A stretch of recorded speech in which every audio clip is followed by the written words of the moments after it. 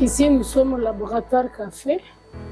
Alors, pour le laboratoire, après l'usinage là, au niveau de l'usine, on nous apporte ici l'échantillon. Et c'est l'échantillon ici qui va nous permettre à montrer ceux qui sont dans l'usine comment est-ce qu'ils vont trier le café. Ici, nous utilisons d'abord l'humidimètre. Ici, nous avons le balance de précision. Une balance de précision ici. Après cela, nous avons des petits torréfacteurs qui sont là et les gros torréfacteurs à l'autre côté. Nous avons aussi les petits moulets qui nous aident à trouver les produits finis. Maintenant, nous mettons ici dans l'humidimètre, c'est pour voir si l'humidité est au niveau de 12 degrés. Si ce n'est pas 12, on renvoie ça encore à l'usine, afin qu'on puisse sécher ça.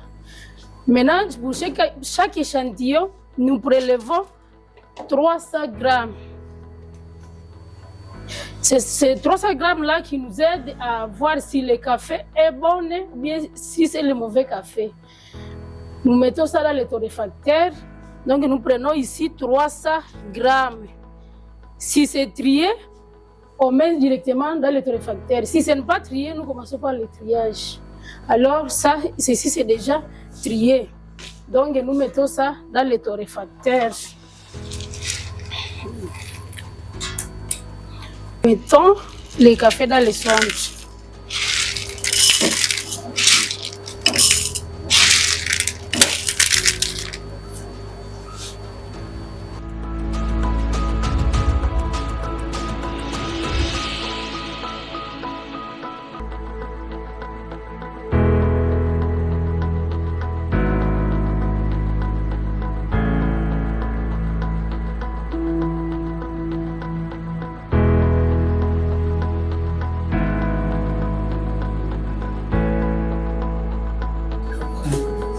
Donc, après torréfaction, nous venons ici dans la salle de dégustation. Et c'est la dégustation qui donne les résultats, qui nous qualifie que ça, c'est le café K3, K4, K5, d'après les qualités que nous utilisons chez nous sur au Nord Kivu. Et après la dégustation, nous avons les fiches qui nous aident à faire l'analyse, là où il y a les points pour chaque qualité. Nous avons l'autre aussi qui est chargé maintenant de compléter cette fiche-là.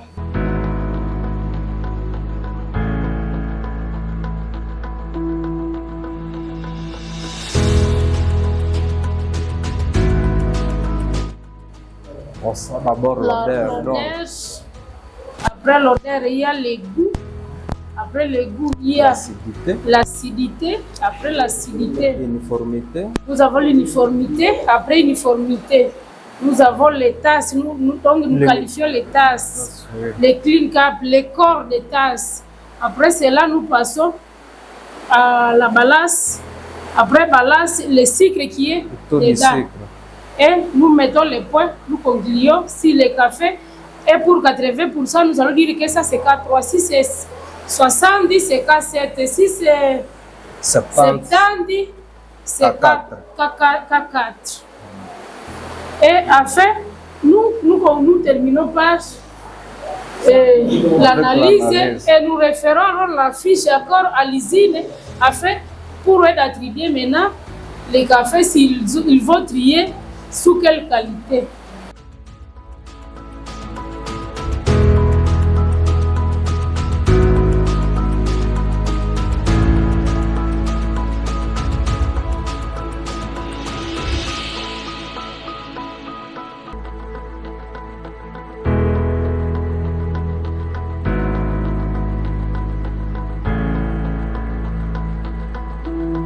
Ici, nous sommes dans un bloc laboratoire chimique et soprocopive. Et comme activité, on fait les analyses physico-chimiques des drogues végétales et des denrées alimentaires. Premièrement, dès que les fournisseurs nous amènent les drogues végétales comme les quinquina, on commence par l'analyse organoleptique. Et cette analyse consiste à faire l'identification des plantes. Parce que les fournisseurs peuvent nous amener entre plantes quinquina. Maintenant, nous, comme pharmaciens, nous sommes censés identifier les drogues végétales. Et deuxième point, on fait les analyses chimiques. Et l'analyse physico-chimique, on commence par des paramètres. Les paramètres gravimétriques. Et les paramètres gravimétriques consistent à déterminer la teneur en eau dans les drogues végétales. Et dans ces paramètres, on utilise l'appareil ici, balance analytique de précision. Après ça, ça se fait par méthode apaisée. Et pour déterminer la teneur en eau, on utilise le deuxième appareil qu'on appelle étive. Et cette méthode, c'est une méthode qu'on appelle méthode par étivage, qui permet de déterminer la quantité en eau dans les drogues végétales. Et le deuxième point, on passe à l'extraction des quinines. Et dans cette méthode, on utilise l'appareil en sorcellet. Et cet appareil est composé de deux parties. Et l'appareil de sorcellet, tel que j'ai expliqué, est composé de chauffe-ballot, ballot à fond rond, serpenté, la matrice et ainsi que la cartouche.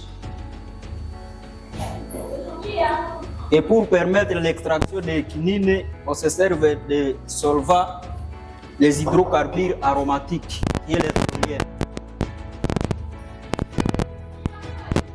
Ça, c'est une méthode à chaud pour extraire les alcaloïdes des quinines. Deuxième méthode, ici chez nous, on applique la méthode à froid. Et cette méthode consiste à appliquer l'ampoule en décante. Et dans cette ampoule, on introduit là les drogues végétales ainsi que les solvants extracteurs qui est le chloroforme.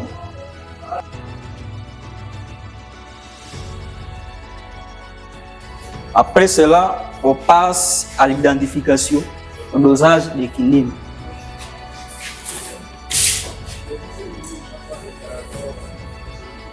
Après l'extraction, on passe au dosage. Maintenant, pour doser, on se sert de cet appareil des morts. Et l'appareil des morts est composé de dispositifs des morts, labyrinthe et l'agitateur magnétique.